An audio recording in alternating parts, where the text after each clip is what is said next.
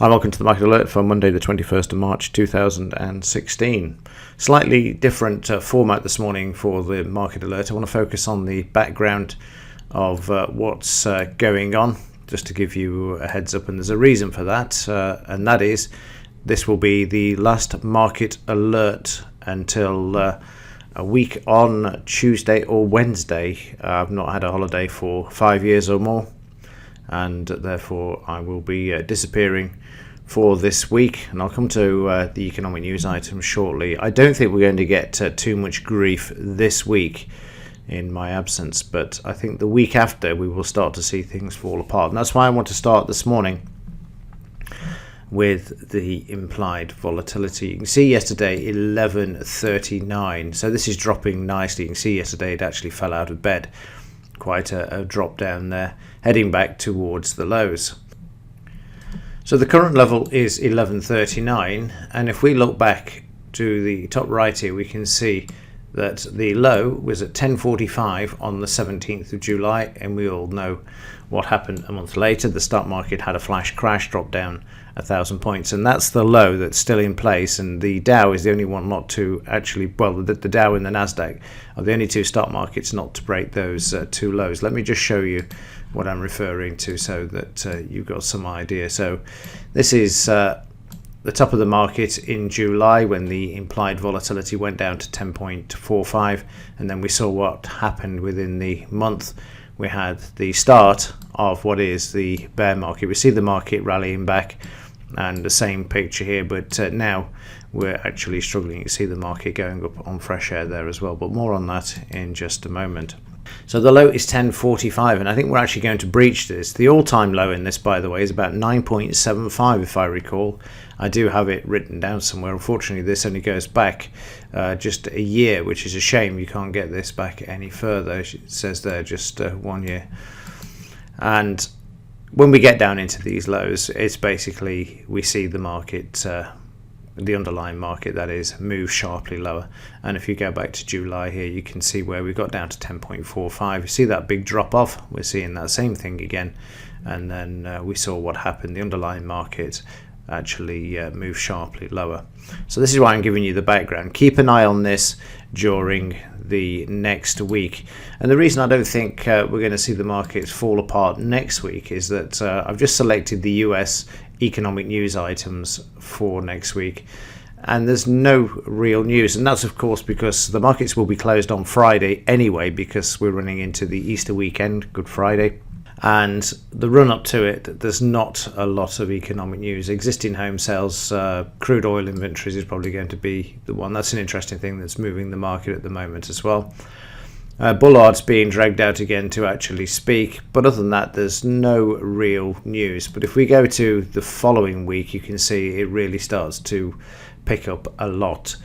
So the week after, when I return, I'll be returning on Thursday anyway, but Friday is Good Friday.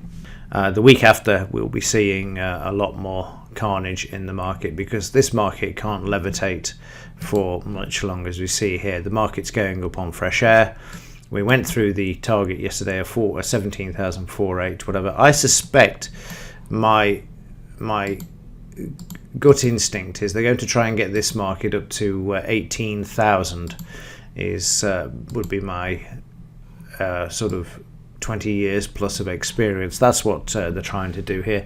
That will send the implied volatility to historic lows, and then for me it's game over. The downside will then take precedence over this levitated up move that we see actually occurring in the last month. So yesterday they tried to move the market higher. They succeeded in the first part. We had a bit of a pullback in the quieter time there. The market just trading down towards the 20-point scalp, but failing to actually get to it. The market reverses and comes back here, so if you were short, there's a warning sign here that the market's likely to come back, and then this is confirmed with the signal. This trade is taken out just at break even, or just a couple of points lost there, and then we see the market trading up to the 20-point scalp.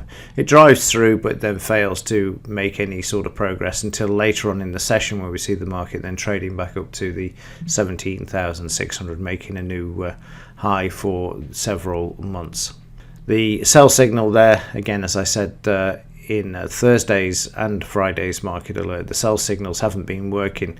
Very difficult to call on when to actually take the sell signal until the market really turns.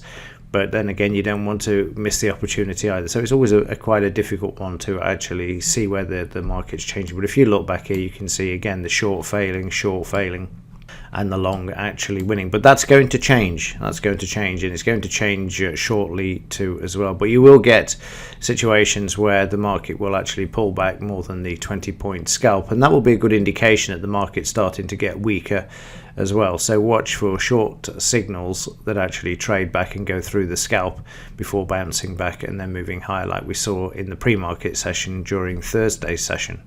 So that's about it really. It's just a matter of giving you the background of what's happening and what is going to happen. And as night follows day, believe me, I've seen this dozens of times during the last 20 odd years, ever since I'm covering this. This is the best barometer and predictor of what the market is likely to do. So if we've seen the implied volatility drop, we've seen the underlying market rally to the upside. There you can see we've got I don't know how many points it is now. It must be close to 2,000 points from the lows up to here. If I can actually just get this to mark up there. Let me just have to remove the extension lines. It doesn't like those when you actually draw this on, if it's in the way. Yeah, 2,111 points for the recent move, and that's why you see the implied volatility moving sharply lower there. But like I say, if we can get this down to 10% or lower, we are in for one big sell-off in this market. So I don't think it will be next week. I can't absolutely 100% guarantee it, but if we go back to the 17th of July high, then the market actually sold off a month later. I think it will be sooner than that, but I don't think it will be next week, unless there's something of a geopolitical nature or China collapses or something. Then I don't see that. I know that China are actually going to price gold in April in yuan as well, so that will be interesting as well. That's going to spike the gold market too. But the support for the stock market at the moment is also the oil price. Let me just bring in ETX here for you. This is the silver price, and let me just grab an oil price. I want the NYMEX one. It's got more data in there, and we just convert this to a daily chart. And this is another reason. This is just pure manipulation. I thought there was more in that one. Let me just see if there's another NYMEX one. I thought there was two of these. Oh, they must have just rolled over the contract then, which is why there's not so much data in there.